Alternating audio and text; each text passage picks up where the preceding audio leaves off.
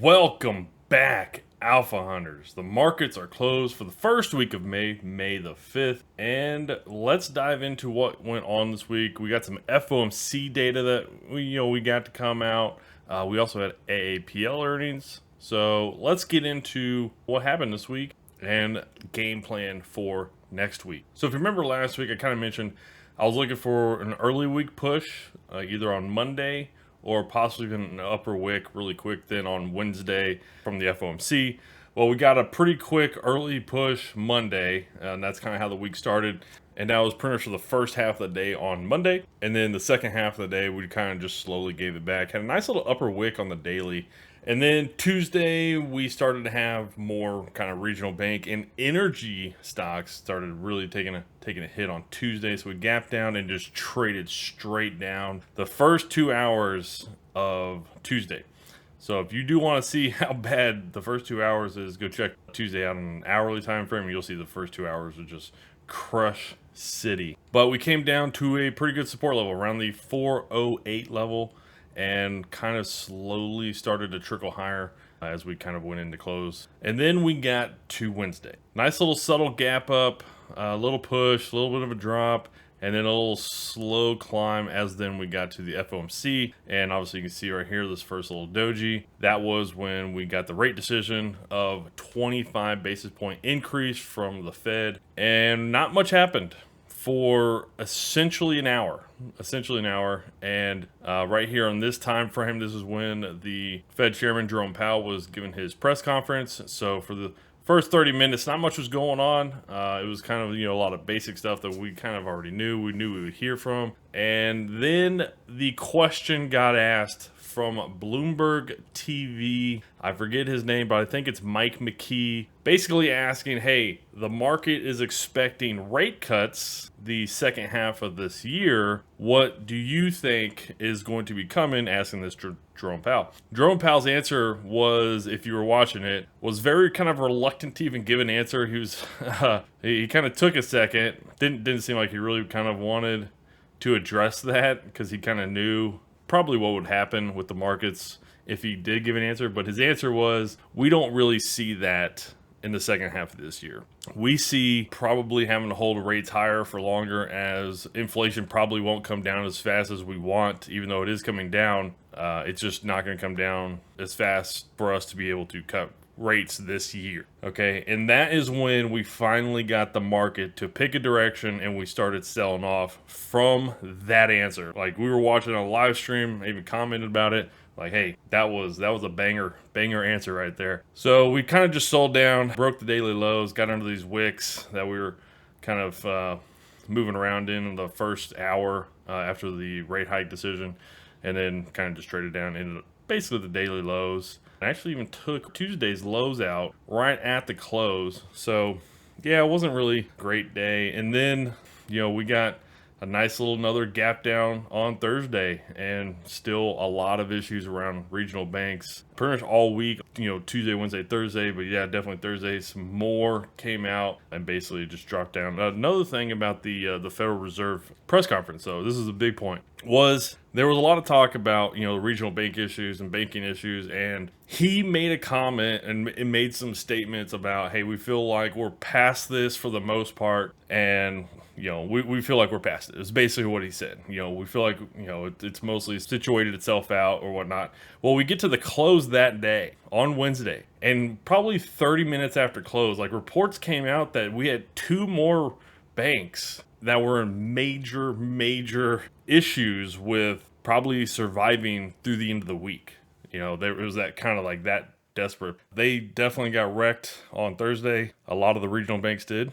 So we had a little bit of a gap down. The problem with trying to go bearish on Thursday is we already had two pretty good bearish days, and we actually started rolling over Monday afternoon. So it was basically 2.5 days of bearishness at a pretty good resistance level from Monday. And then it wasn't like the best day to try to go bearish, even though like the news just seemed awful. It was kind of like, yeah, the market's going to probably rest here because some of those regional banks had pretty bad weeks. Even some of those energy stocks had pretty bad weeks up to this point. So yeah, we just kind of gapped down and kind of just had a choppy day for most of the day on Thursday. And actually this low right here that we put in early lunchtime, but about noon Eastern right here. This actually snagged last week's low by about 4 pennies. That was kind of how the week went.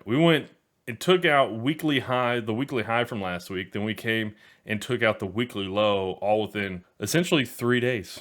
3 days. So yeah, it wasn't, it was kind of it was an entertaining week to say the least. I mean, the market was moving this week, so it was definitely a trader's market this week. And then we got to Thursday after the bell, got a nice solid uplift from AAPL earnings. Shouldn't have been betting against that company. They just make money hands over fist. I don't really bet against them on earnings. I don't mind taking technical bearish trades on them, but I definitely don't like being bearish on them on earnings because they usually try to make sure the estimate is low enough to where they can always beat it to the upside. Like that is almost a staple for them now. And then also Friday's morning, we got unemployment rate that came out at 3.4%. The estimate was expected to be at 3.6%. So obviously that was a beat. And then non-farms payrolls came in about 250,000.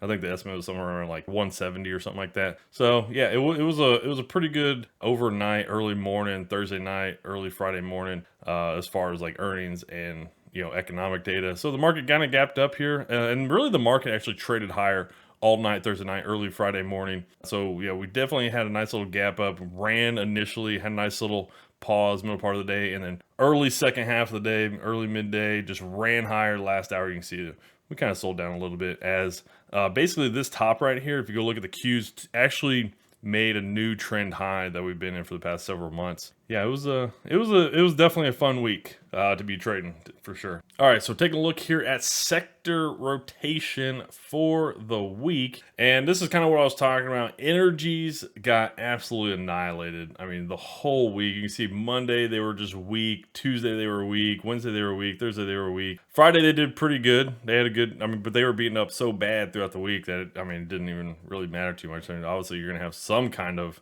bounce eventually, but yeah, basically a lot of it came on Friday. And then also financials, with still they have banking issues, so they got crushed definitely late Wednesday and Thursday, but nice little bounce back there on Friday. XLC obviously heavily weighted into the Alphabet and Meta. Obviously, they had earnings last week with pretty good gap ups, obviously giving some of it back. Probably more on the Meta side, weighing on the market this week. With materials, industrials, real estate just underperforming the market this week.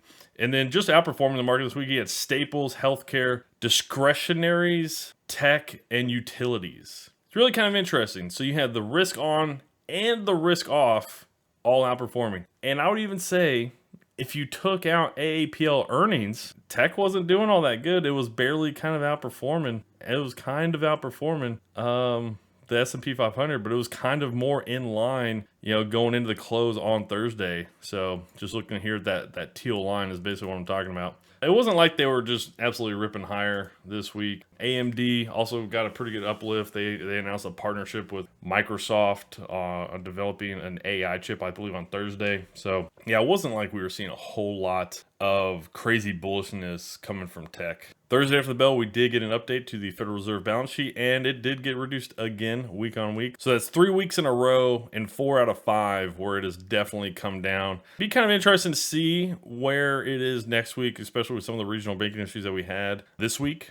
And it seems like we'll probably continue to have them going in throughout the weekend and maybe even early next week. So we'll talk a little bit more about that towards the end. VIX, we saw the VIX climb, obviously, as the market was selling down Tuesday, Wednesday, Thursday. And then Friday, massive bullish day. It just dropped right back down. So what's interesting here is, well, we did get the VIX to come up, and it breached above a lot of this kind of, resistance level here at the 20. So it did just make a very strong move from, new weekly low on Monday, and then come and breach the 20 level, and then it dropped down to about the 17, which is, it's a pretty good support level right there. It's going to be kind of curious to see how it kind of plays out this next week. If it kind of just plays around the 17 level, maybe we start to see it tick back higher here in the next maybe a couple of weeks. But I'll be watching this. It'd be kind of interesting to see if this is just a retest before it starts to explode higher.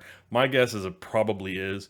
Just going to be curious to see how long it takes before we maybe see that bearishness, real bearishness come back into the market. And it might be a little bit. The dollar, the DXY. Well, the DXY tried early this week to push higher. And then we got to some banking issues and stuff like that, FOMC, and it just dropped, but it hasn't really taken out some of these lower support levels, and it's still just sitting right on really about this 101.30 level. So just for now, just gonna see how this thing continues to consolidate, and if it's gonna be a breakdown, which basically probably once it gets under about 170 here on the DXY, or 180 or so, or if it gets above, I would say 102, I call it 102.80 or so.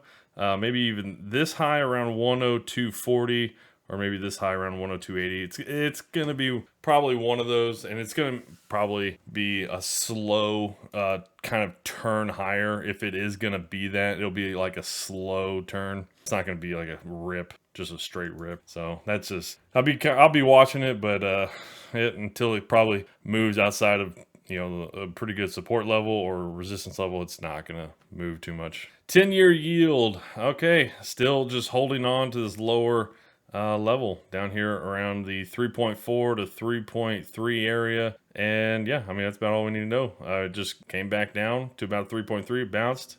Done that plenty of times here over the past several months. And we'll see kind of how this continues to set up here over the next couple of weeks. Looking here at the 10 and 2-year inversion, this is where we actually saw some pretty good information this week. As the banking, financials, and energies were having issues throughout this week, okay, up until Friday, we were seeing the 10 and 2-year inversion really start to ramp up, like it was about to break out. And obviously it still might. I mean, obviously this is a pretty good change of direction here. Kind of mentioned this little possible inverted head and shoulders here a couple of weeks ago, and could have been a nice little change of direction. And obviously last Friday we ended right here. I said, hey, just watch out for this. It might start to pop higher, and it looks like we definitely have.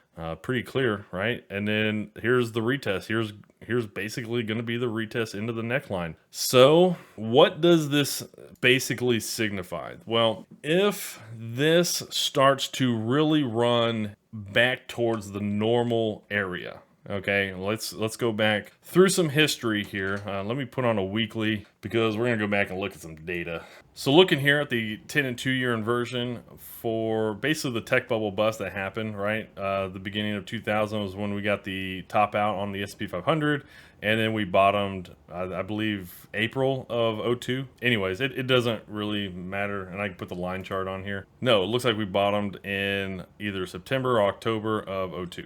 So, but it's not really important. What's really important is right here is the zero line. Let me put a very nice little zero line right here, and what you can see is we got inverted just before we topped out, right? We've been inverted on our current marketplace for a very long time. This one was actually relatively short-lived. I mean, we got inverted January of 2000. Basically, we got back to the non-inverted area in January of 01. The green line that you see down here, this is our current level. And what you see is when we start to move back towards the inversion area, or the positively inverted area, that is when we start to see some major downturns on the stock market, right? When we see these really run up, that basically tells you the economy's in trouble and it needs the Fed to kind of help step in with interest rate cuts and stuff like that. And so you can see, as I just kind of move sideways, as the yield curve continues to move higher, well, the stock market kind of continues to move lower. We'll just see how this develops over the next couple weeks. That's all we can really do. But as it does run higher, even here, even though it's not back above the zero line, but as it starts to move back towards the zero line, you can see that we start to sell off pretty sharply. So it's going to be interesting to see how this plays out. Taking a look here at the GLD, or gold. Early weakness this week, as we saw dollar was early weak, strong, and then the dollar kind of dropped off. Gold popped, went and took out the high from a couple weeks back, as some flight to safety from some of the banking issues and stuff like that. But then Friday, nice little gap down here, and definitely did not hold that breakout at all. So I could actually see and justify actually making a bearish play just on Friday's price action, because that's a pretty significant move off of a breakout. And I've already kind of mentioned it before. It felt like gold was a little tired, and yeah, I could see it probably just roll over a little bit more. Take a look at the HYG, the high yield corporate bonds. Yeah, they were definitely bearish to start off the week. Last Friday, I kind of mentioned the HYG and the LQD both looked like they were going to continue in the bullish direction. They very much set up that way, but Monday they both came out and they were both bearish. Monday here on the HYG, gap down, trading lower, taking out this little kind of like upper sloping kind of trend line right here, easily taking that out. So yeah, it wasn't probably the best and strongest of weeks here from the HYG. And this is kind of on the back of, you know, making a new high on Monday on the market. Q's actually made a new high on Friday, and you know, we saw a pretty major breakdown here on the HYG and also here on the LQD. LQD also broke down, nice little gap down on Monday, traded lower, and then kind of started to climb back a little bit. But I mean, Monday's price action, that was a pretty bearish day. So we're gonna have to see really what continues to happen here on the bond side. But man, it just did not look good from Monday. I mean, all we did was break down and basically we retested the middle part of the week, and we might be rolling over here on bonds. So bonds are going to be very important to watch here this next week, as well as the stock market and possibly any kind of relationship that they are kind of making at the time. Like if the stock market's breaking out and bonds are kind of rolling over or not participating. Yeah, I mean, those are some signals that we need to pay attention to. All right, taking a look here at week over week option chain. So we got a new option out there, option expiration at least June 23rd here. That was the new one. A lot more calls coming in on that expiration than puts. But the next 2 weeks, we actually had more calls being bought than puts. So we're starting to see a little bit of the bullish uptick here, huh? But you can definitely see a lot of people definitely bearish on June, as June 2nd was hit with a lot of puts this week. June 9th hit with a lot of puts this week. June 16th hit with a lot of puts this week. And then you can see June 16th is starting to really develop into a huge expiration. A lot of options sitting there in June 16th. The next big one we're going to have, though, is May 19th. And that's kind of get me to talk about something when we talk about game plan. Because if you notice, out here past June, I mean, we're going to have July. And I'm going to imagine July is going to start to tick up with, you know, the total amount of options, calls, and puts that we're going to have here. We're just probably not there yet.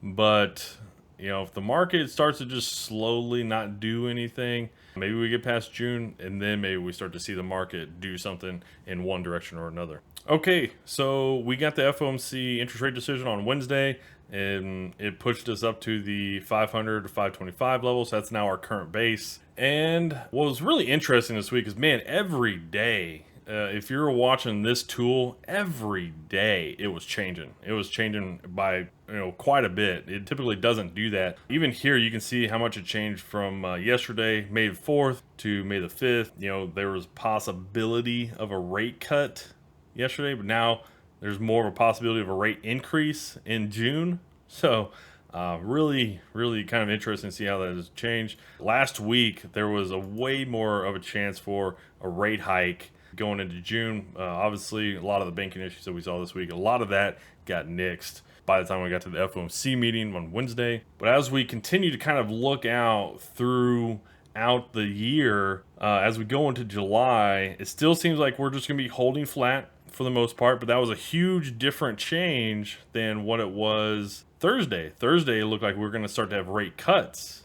But when we got, I guess, AAPL earnings, some of the good employment data, it seemed like we're going to hold at a cut. Now, this is going to be very important going forward. You can also see here in September that we are now expected to get our first rate cut. And really, on Thursday, you know, we were expected to already have 2 cuts, you know, by September. So, yeah, we're definitely seeing this thing move quite a bit. There's a lot of things that are moving in the marketplace. You know, we got banking issues, we got energy issues, we got demand issues, we got, I mean, we have good earnings from tech. So we got good employment data. I mean, there's just things pulling in so many different directions. So, I mean, this thing's just all over the place. And we'll see how this continues to shape out. I would continue to keep your eye on this. Here's November. November, expecting another rate cut. And one of the things that's very interesting is if the market continues to expect a more of a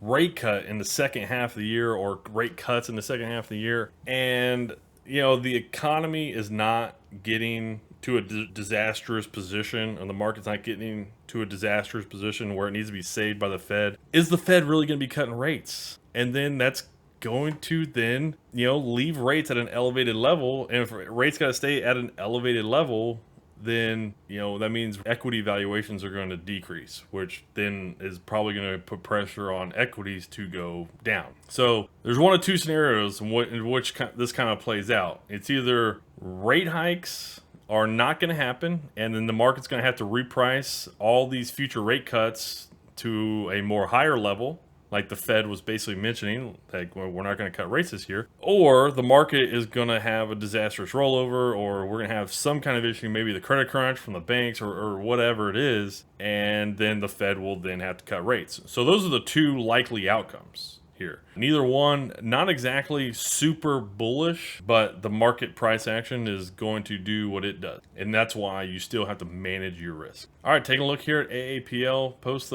the earnings, and yeah, I mean, we got a very nice day. I mean, it was up 4.7%. They beat on top, bottom line. They actually beat on iPhone sales, which I was actually kind of surprised, because I thought there was a lot of supply constraints around getting iPhones out of China at the beginning of the new year. There was a lot of reports about that. So maybe they cleared that up by the end of the Q1, maybe got that going. And I also know that they're moving production out of China into India. So just kind of interesting. But they beat on bottom line by 6%. They beat on top line by about 2%. So yeah, good quarter for Apple. Nice little gap up, and it did gap right over Wednesday's high and then just ran higher. Very nice push. What's really kind of a tough spot here for the bulls is, one, it's already been on a huge run, huge trend. Nice little extension away from the moving averages. It was already kind of extended. And, well, you're kind of coming into some major resistance levels. This is where we pivoted back in August. Also kind of pivoted back last February, over a year ago. Kind of got another one here that was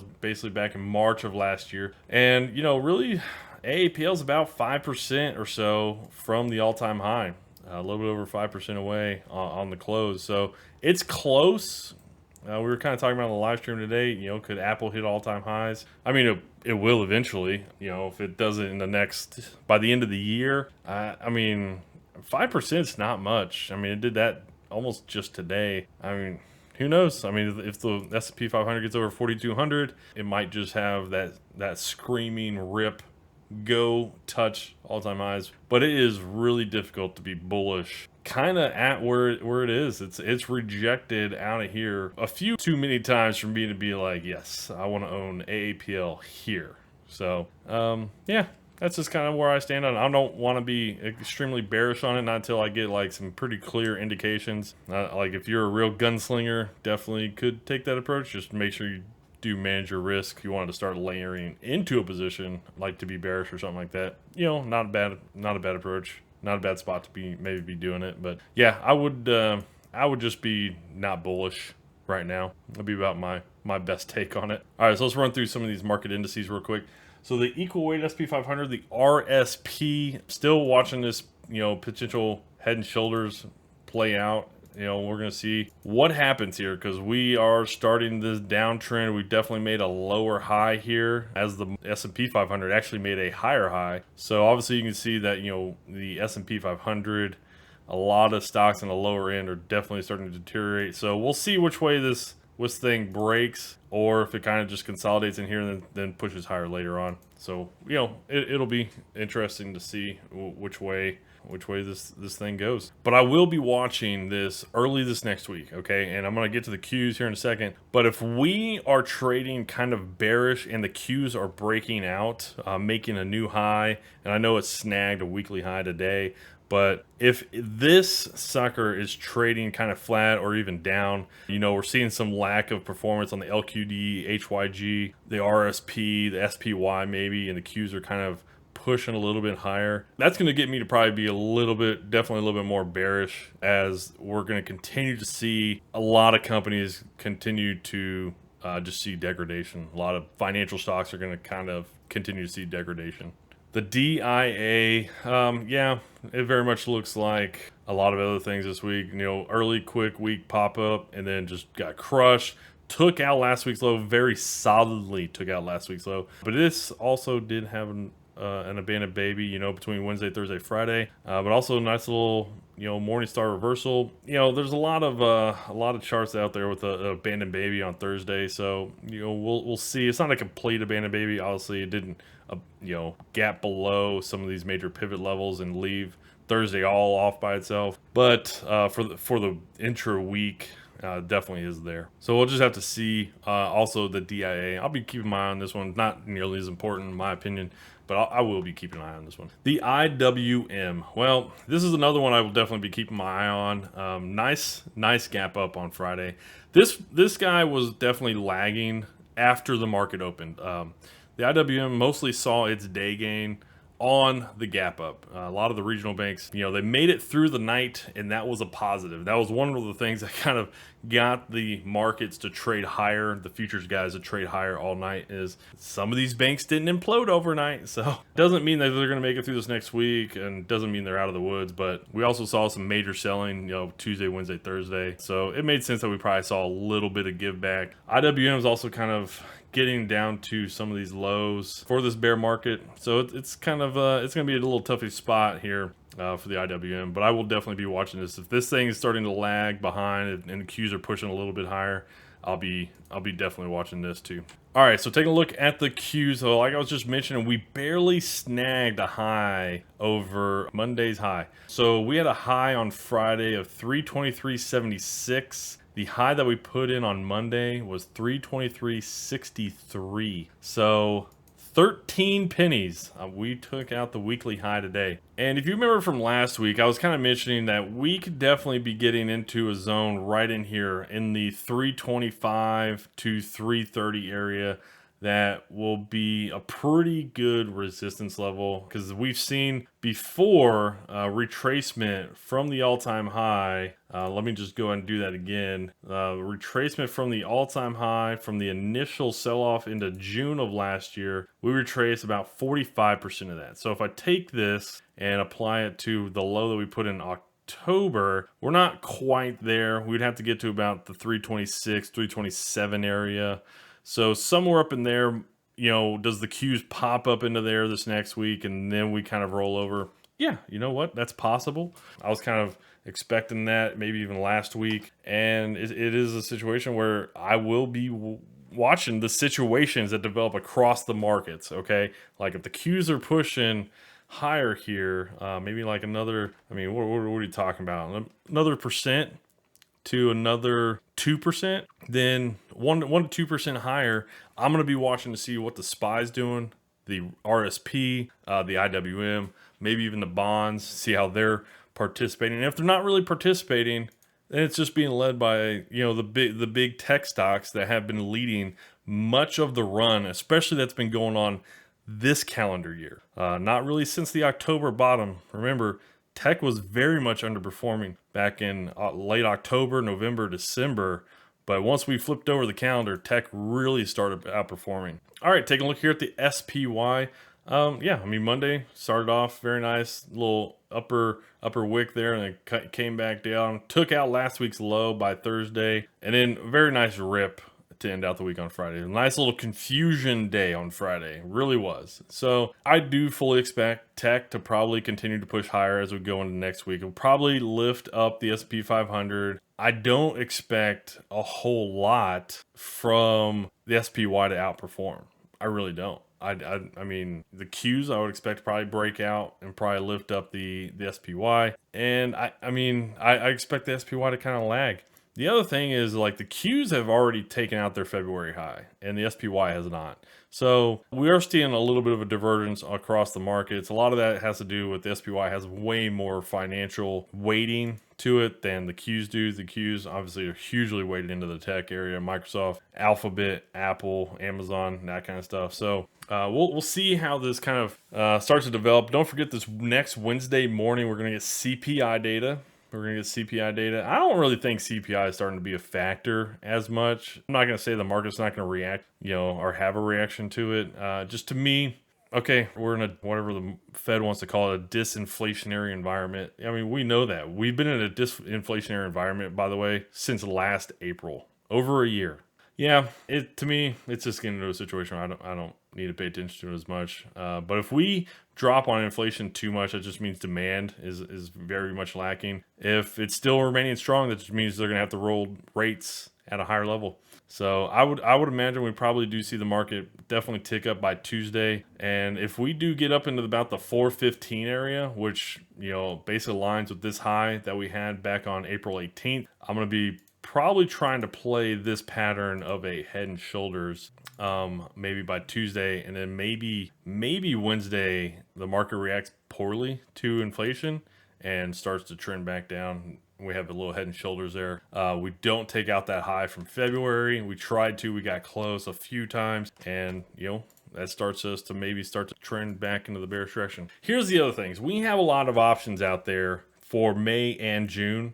And I could just see it to where we actually, we don't do a whole lot. Maybe do something like this. Maybe we're on the 400 level by the June expiration. And then maybe we start to, have some of these bearish moments as we get further into summer, as we get past some of these major expirations. Then once we get past that and people stop piling into a whole bunch of options positions, maybe the market starts to move quite a bit. I still don't like the bullish case right now, just because of the two scenarios. Like if we expect rates to drop in the second half of the year, that means we have a really dire economic situation to make the Fed cut rates, or the market's going to have to reprice equities to a lower price level because, well, that means the rates are going to stay at an elevated level. So that's just what I'm thinking. I really don't have much takes on the short term right now. I'm still preaching it. Practice your risk management. Do not do 0-day options. You should not be doing short-term options. If you want to be bearish, this is a great